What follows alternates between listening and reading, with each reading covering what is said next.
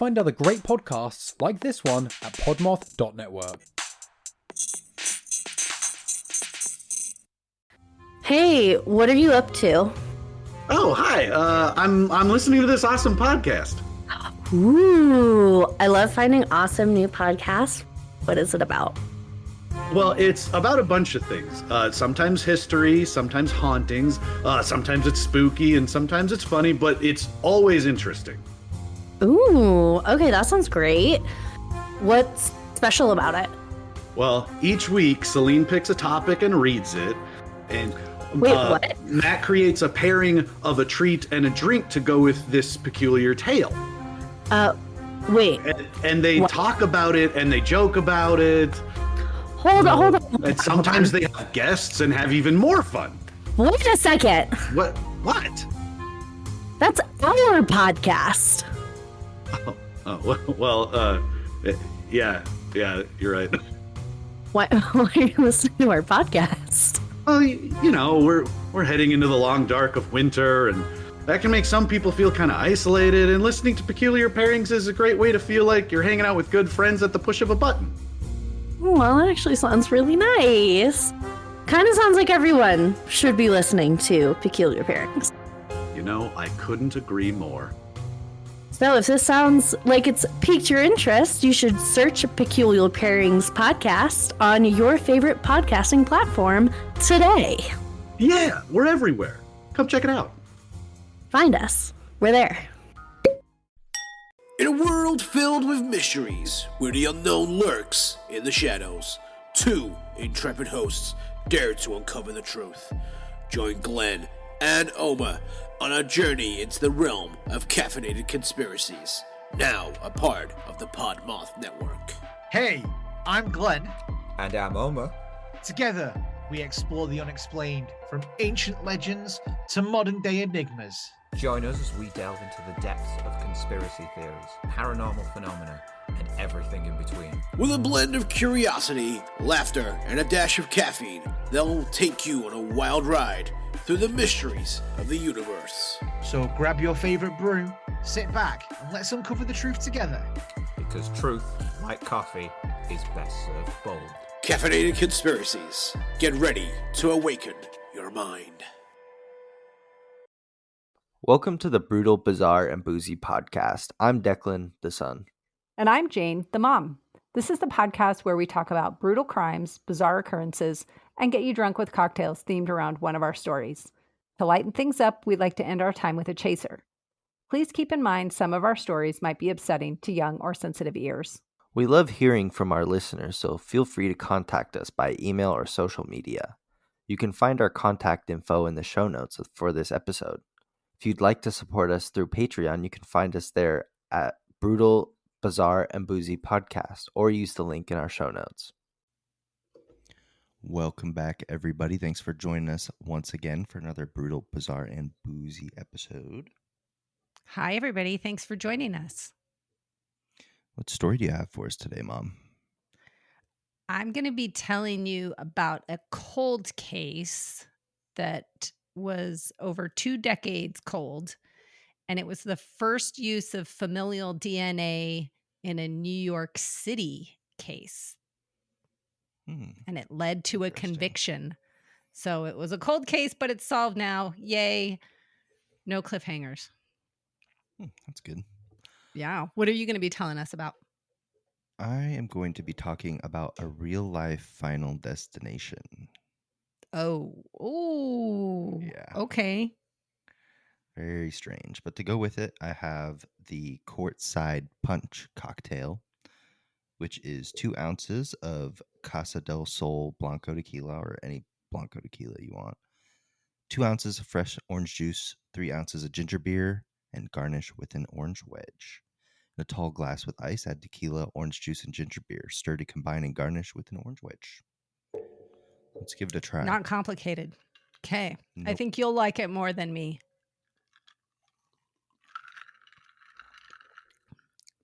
I need lime. Lime? There's no lime in it. Is that what you said? Lime. It needs lime? Yeah. Oh. You can't have tequila without lime. I mean, I know orange is a citrus, but it's too sweet. Doesn't complement. the sweetness of the tequila well. The ginger beer kind of covers the grossness of the tequila, but not enough for me to want to finish the drink. I'd finish it, but I wouldn't order it again. No, I just, it's tequila and I don't like tequila, and tequila is gross and ugh.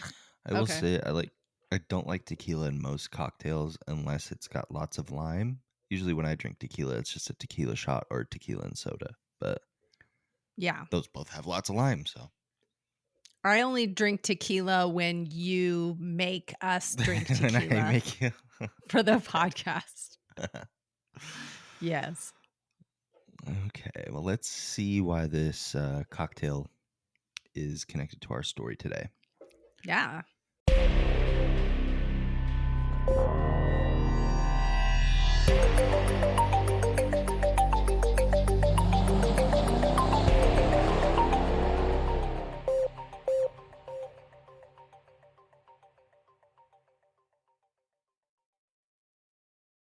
So, in the late 1970s, the University of Evansville, a small liberal arts school on the banks of the Ohio River, fielded a proud basketball program known as the Purple Aces. To the students and alumni of Evansville, team meant more than wins and losses. It was a community touchstone. Friday nights at the gym, local radio broadcast, and a steady source of small town pride all came from these basketball events. And the 1977 and 78 team were very promising that year, with a mix of upperclassmen leaders and promising youngsters, a coaching staff led by Bobby Watson, and a schedule that would test them against regional rivals. On the evening of December 13th, 1977, the team boarded a chartered Douglas DC-3, which is an airplane, operated by Air Indiana. They were taking a short flight from Evansville, Indiana to Nashville, Tennessee. The trip was routine, the kind of small charter that had been ferrying college teams around the regions for years. However, weather that night was poor. Fog and low visibility all across the area, but the flight was still cleared to take off, so that's what they did.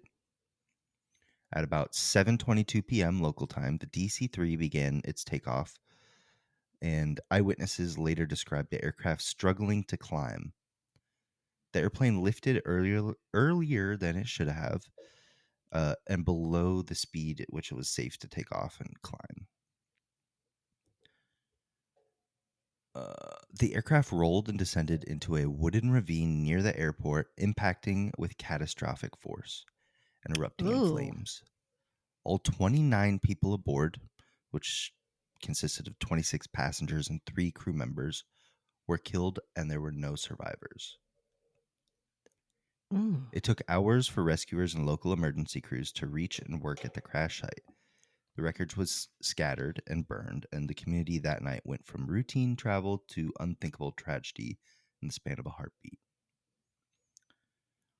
On board were players, staff, supporters, and the flight crew. Among the dead were head coach Bobby Watson, members of the Purple Aces roster, athletic department personnel, and a few local supporters who had been invited for a ride along. Oh. Okay.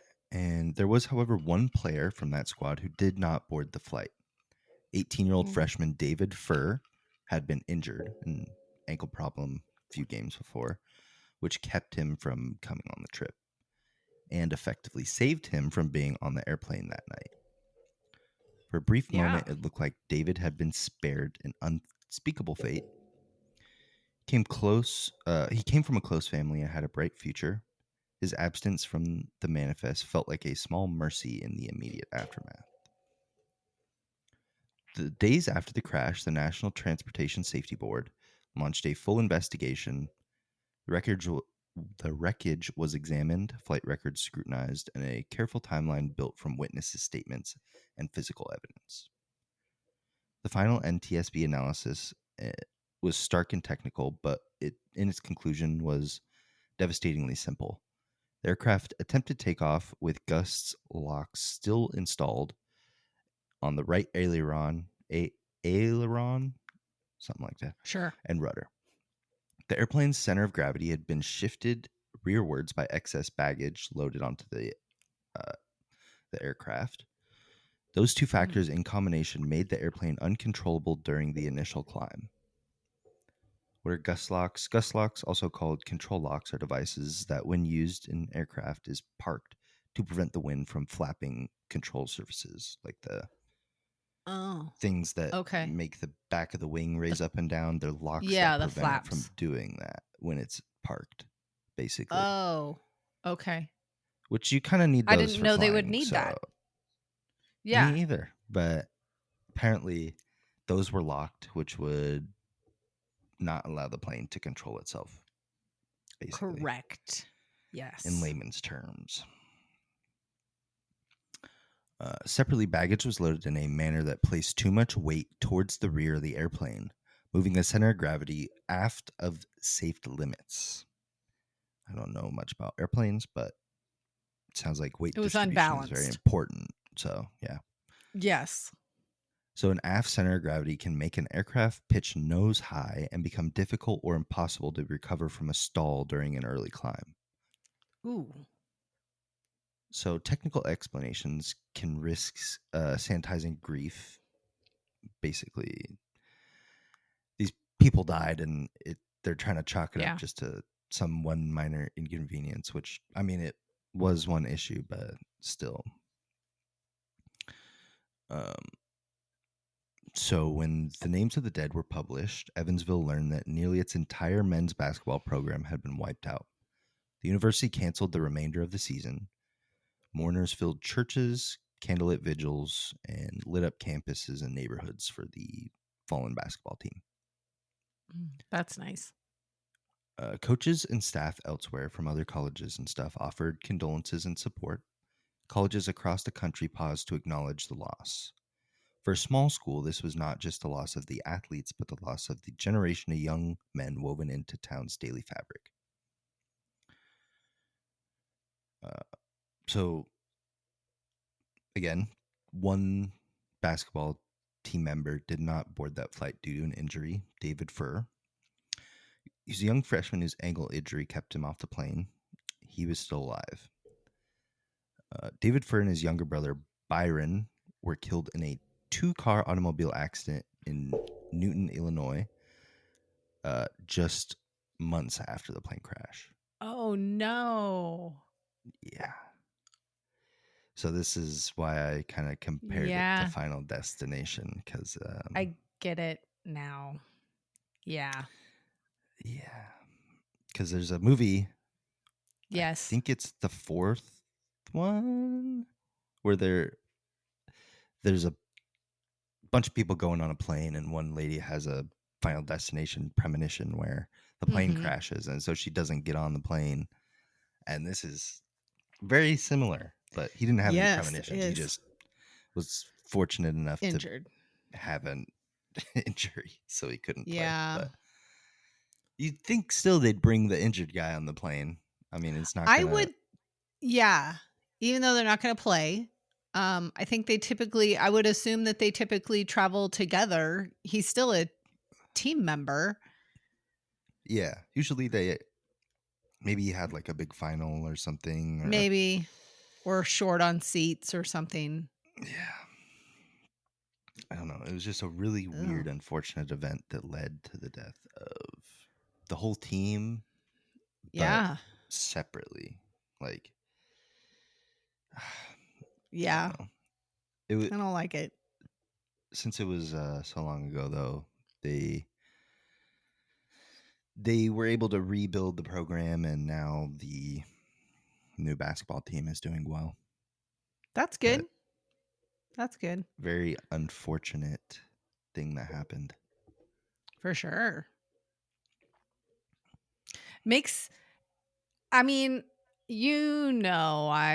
I don't have a problem flying most of the time. I've had a few weird experiences, but it definitely makes you think about all of the important things that need to go into a successful flight.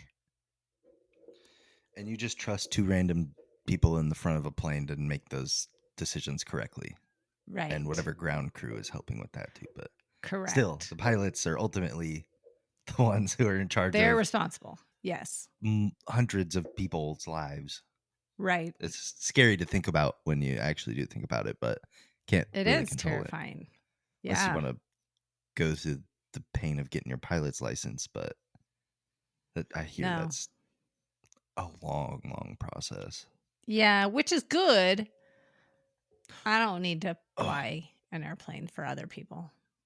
I found this Instagram account of a dude who's got a boat plane, which is different from the ones that land on the water with like the big Yeah. like things on the side. This one, like the whole plane sits in the water like a boat once you land, and then you use like Really? the propellers to fly to like push yourself in the water. And then this dude, like, he's like, "Oh, I'm on a 3-hour journey today, but I found this little lake and I'm gonna land here, and looks like they have a fish shack, so I'm gonna go grab some lunch in my plane boat." That's weird. I don't think I would like that. It's you can't combine those two things, because if there's a malfunction either in the sky or the water, that's not good. But yeah, it's problematic. let's hear your story, Mom. Okay. Are you ready?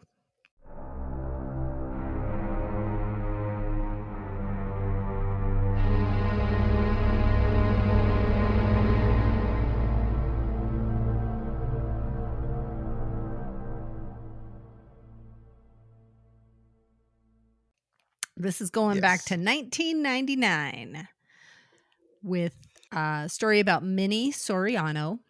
She was a smart 13-year-old girl living in the Bronx. She was a latchkey kid, meaning it's funny because I never really thought about the latchkey kid term. And I was listening to a podcast recently. I don't even remember what it was. And they threw out the term latchkey kid and then explained what it was. And I went, oh, some people don't know what that means. I feel like most people do. I thought so too, but apparently maybe some people don't. I don't know. Basically, it meant that she would come home from school when nobody else was there and she would be there alone until somebody else got there. But instead of letting herself into the house, she lived in an apartment complex. She would do her homework in the lobby of the building while waiting for family to come home and then let her into the apartment. So kind of a latchkey kid, but kind of not, because she was just, In she was the term well known itself, in the just being unsupervised after school until parents. Correct. Yes, So, in she the sense was. of the term. Correct. She was well known in the building for selling candy to other residents as a way to make some spending cash for herself. She was an ambitious straight-A student who dreamed of someday becoming an astronaut. On February 24th, 1999, she left school like any other day, but on this day, she never returned home. Unfortunately, her body was found 4 days later. She was wrapped in a trash bag and found inside of a store's dumpster about 2 miles from her home. Her autopsy. Oh, Oops. are you waving Sorry. at me? I That's okay. I was like, I tried to ooh. unmute myself, but I clicked the little hands up icon. And then you waved at me, and I was like, It's apparently weird. Declan's got to say Declan has something. to say. Oopsies. Minnie's autopsy showed that she had been sexually assaulted and then strangled. Forensic evidence was preserved from the body and her clothes. Police began investigating and questioned her neighbors and people from the neighborhood, but there were no leads and the case eventually went cold. Even though there were no active leads, Minnie's case was still making appearances in the media. Her family and friends were remembering what an amazing young girl she was, and everyone was hoping for a break in the case. That break came 20 years later in the form of familial DNA. Familial DNA searching works differently from traditional DNA matching. Instead of requiring an exact match to a known offender's profile, the technique looks for partial genetic matches that are similar enough to suggest a close biological relative. If the system returns a partial match, investigators can then trace the family, identify potential suspects, and try to obtain a DNA sample directly from that suspect. Usually done behind their back, taking their trash. We've discussed a couple of cases where this type of DNA was used to solve cold cases, and the use of it is getting more popular.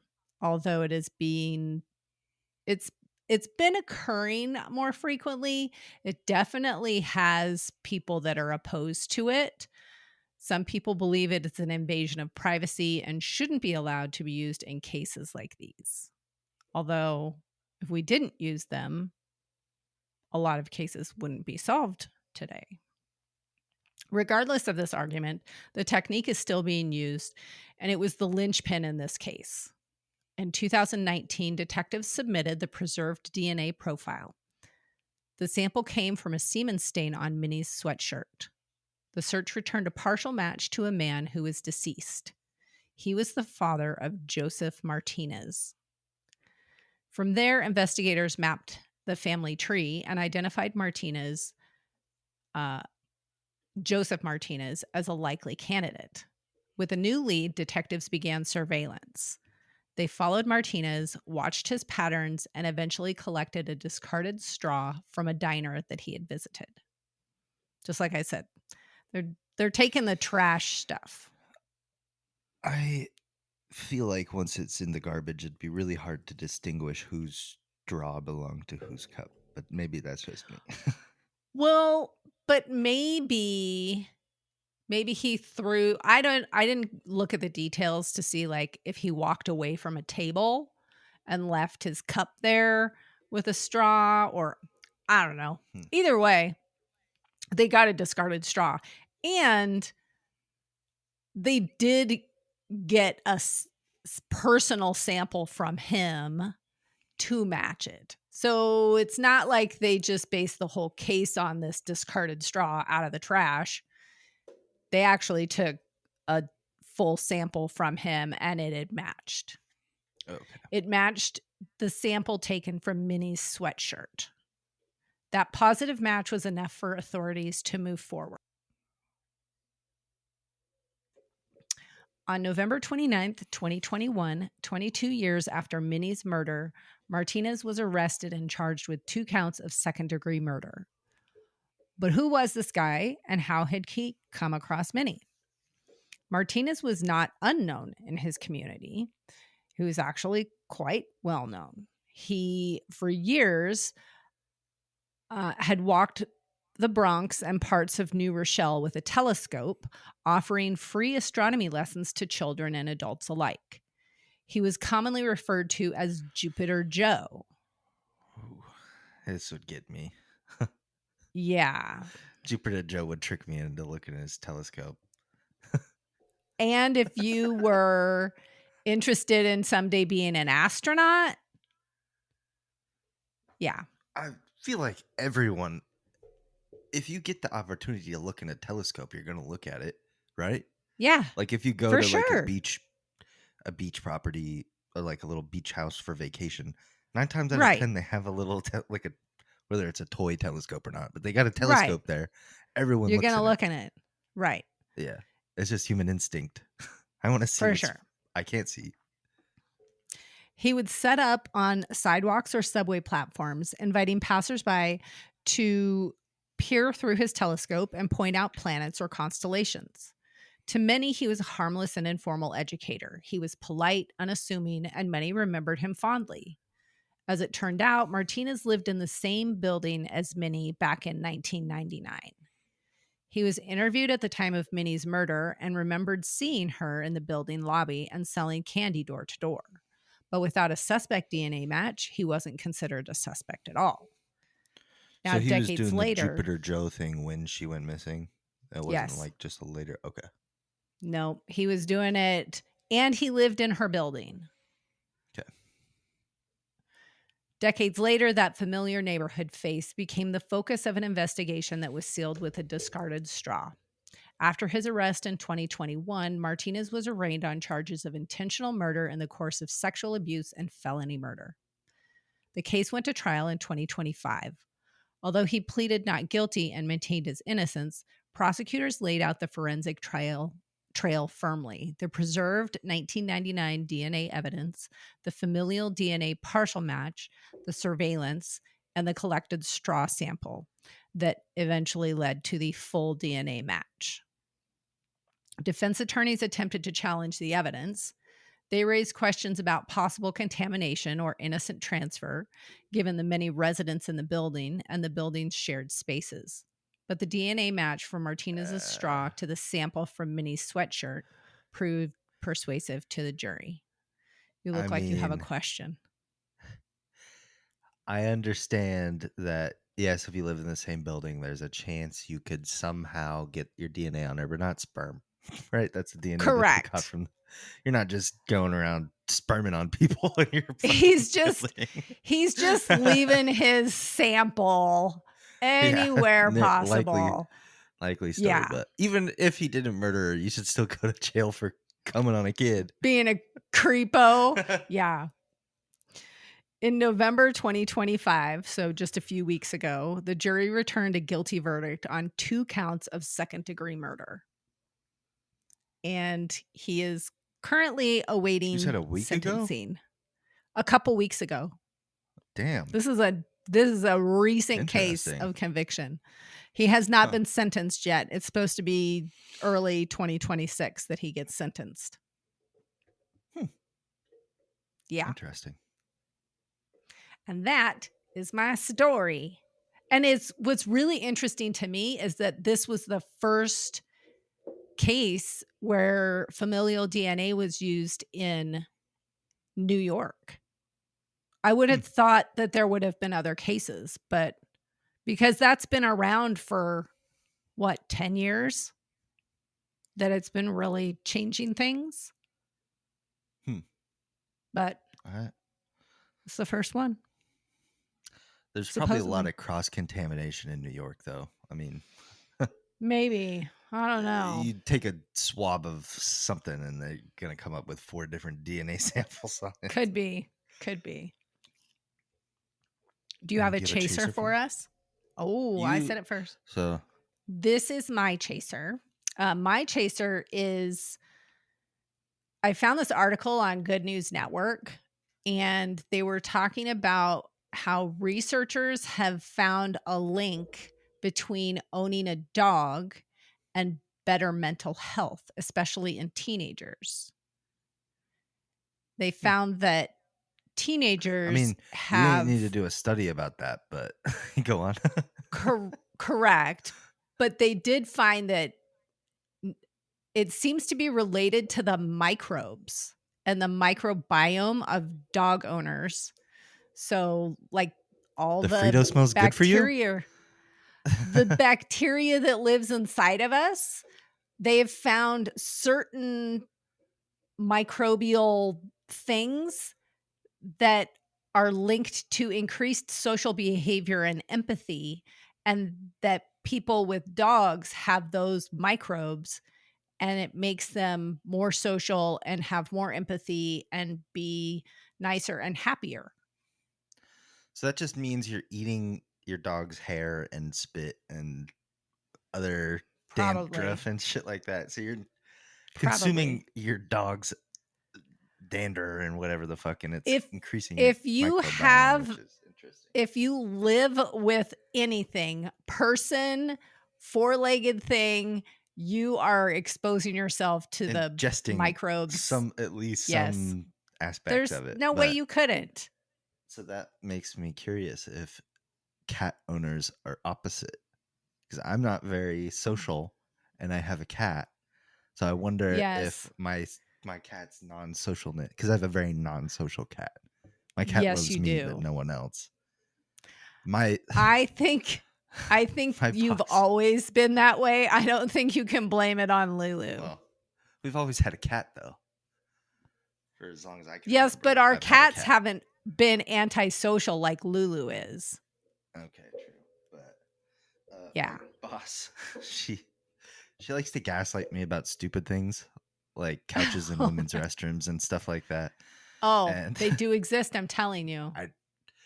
I still think this is all a big trick on men. But Okay. I will take a picture. The next time I'm in a My- bathroom that has one, I'll take a picture and send it to you. ChatGPT made it. But, anyways, I'll my do a boss- video of walking into the bathroom, showing you the couch and everything. my No, I boss might is get the arrested newest, if I do that. my boss For is being the a weirdo. newest Gaslighting thing for me is saying that my cat is a figment of my imagination and she doesn't actually exist because no one else has seen her. And it's she's got I've a good seen point. her. She's got a good point. I have seen her. She doesn't like that I've seen her, No. but I have seen her Didn't with she my sniff own you on the two nose eyes. one time while you were sleeping, and when you She's- woke up, she ran away? No, she sniffed my finger one time when I came over. Oh, no, when you lived in the studio in Eugene, she was sniffing me when I had to spend the night on the floor there. There's nowhere for her to hide though in that fucking place. There was not. just a She bedroom. yeah. She was checking me out. So I have seen her physically with my own eyes. I'll bet she'll come out during Christmas if Dad can sit still for long enough. She'll usually Yeah. Good luck with peek that. her head out. But anyways, my chaser is an audio drama that is very similar to a show that we've both been watching recently called From. Oh. Yes. So the idea of From is you enter this town that you can't escape from. The road just leads back to the entrance to the town. And there's these monsters there that come out at nighttime and terrorize the town, basically, without revealing too much information. But Yes. they're like a mix between zombies and vampires, Yes. basically. But this audio drama that I found called Blood Rock Springs, it's a new Ooh. audio drama, so it hasn't. They still release it. I think they release episodes every other week. But Okay. they're only 20 minutes long, so it makes me mad that I have to wait so long. But anyways, this small town in Australia gets surrounded by a dust cloud that you can't exit from. So they're trapped in this little like small town. And when you go into the dust cloud, it turns you into basically a zombie that's growing like shit out of its head and like, Oh. yeah, it's I super don't like interesting. It it. reminds me a lot of From, but I just wish Yeah. they released episodes quicker because I want to binge it. But it's really Right. good, really interesting listen if you like horror Okay. / comedy, sci-fi type stuff. I'll have to check Watch- it out. I'll wait watch From until and it's listen to done that. though. Yeah. I'm This gonna seems wait like it's until going to it be a comes out, multiple though. season thing, but I'll let you know when Okay. the first season's done. Okay. Sounds good. Because with Tower 4, we did that for a chaser Yes. a long time ago, but they release episodes like quarterly now, and the episodes are Ugh. so good, and they always end on cliffhangers, and it drives me nutty. Yeah. 'Cause I it's need one of to my binge favorite it. audio shows. Don't make me Like, wait. It's so good. Mostly, here's my problem with ones that come out like that. I'm going to forget to go back and listen to the next episode. If you're not coming out every week, I'm going to forget that I was listening to it at all for 6 months or longer. Well, the nice part about Tower 4 though is they make you wait a long time, but the episodes are like an hour and a half almost. So at least you get what you're waiting for. But with this new one, Right. it's 20 minutes, and they do the thing where like Spotify started doing like you pay money and you get extra content. So I'll see that they posted an episode. It's basically Oh. Patreon, but Yeah. on Spotify. But Okay. it'll pop up on my new feed because I always go in the new every day when I'm looking for a podcast. Right. And I see, Blood Rock Falls, and then it's just an extra that you have to pay money to listen to. And I'm like, fuckers. I don't like that. I don't like it. I'd like to support you, but I can't support every fucking podcast I listen to. Right? We'd be broke. Yeah. All right. Well, I think that brings us to the end of today's episode. Thanks for listening, It does. everybody. Thanks for telling that sad story. Hopefully, we can come back after he's been convicted or something, or set free. Yeah. Yeah. Innocent till proven He's not guilty, going to I be guess, set free. but- He's convicted on 2 counts. He's not getting out anytime soon. Yeah. All right. Love you, Mom. Love you. Bye. Bye. Hey, friends. Thank you for supporting our podcast. Please share our show with your brutal and bizarre friends. Give us a Boozy follow on your favorite podcast platform. If you're feeling extra generous, we'd appreciate a 5-star rating or review as well. But maybe do that sober so all the letters are in the right place. You can find all our contact information in the show notes. We love hearing from you, and if you're interested in helping us stock the bar for our future Boozy episodes, you can find our Patreon link in the show notes as well.